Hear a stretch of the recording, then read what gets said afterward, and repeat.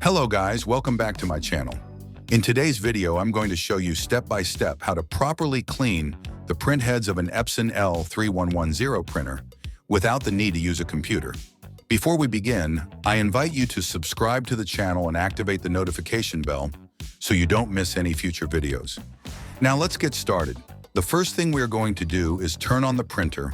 Once the printer is on, press and hold the white button, which is the cancel button, for 3 seconds, just as you can see in the video.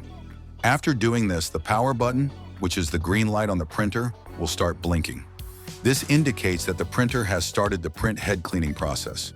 It is very important not to interrupt this process and to let the printer finish completely. This procedure is very effective for fixing printing issues in black and white, as well as in the yellow, red, and blue colors.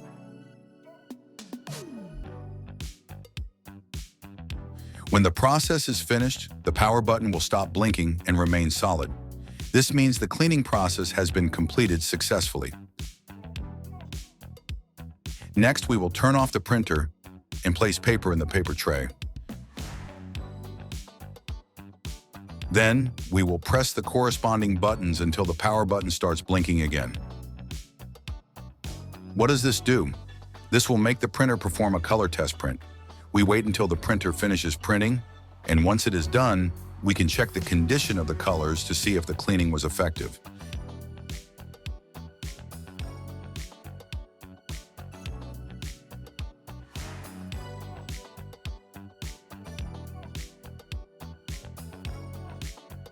As you can see, all the colors are printed correctly.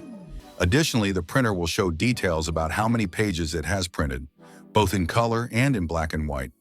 As you can see, this is a very useful and easy process to perform. I hope this video was helpful to you, and as always, don't forget to subscribe to the channel. See you in the next video. Bye-bye.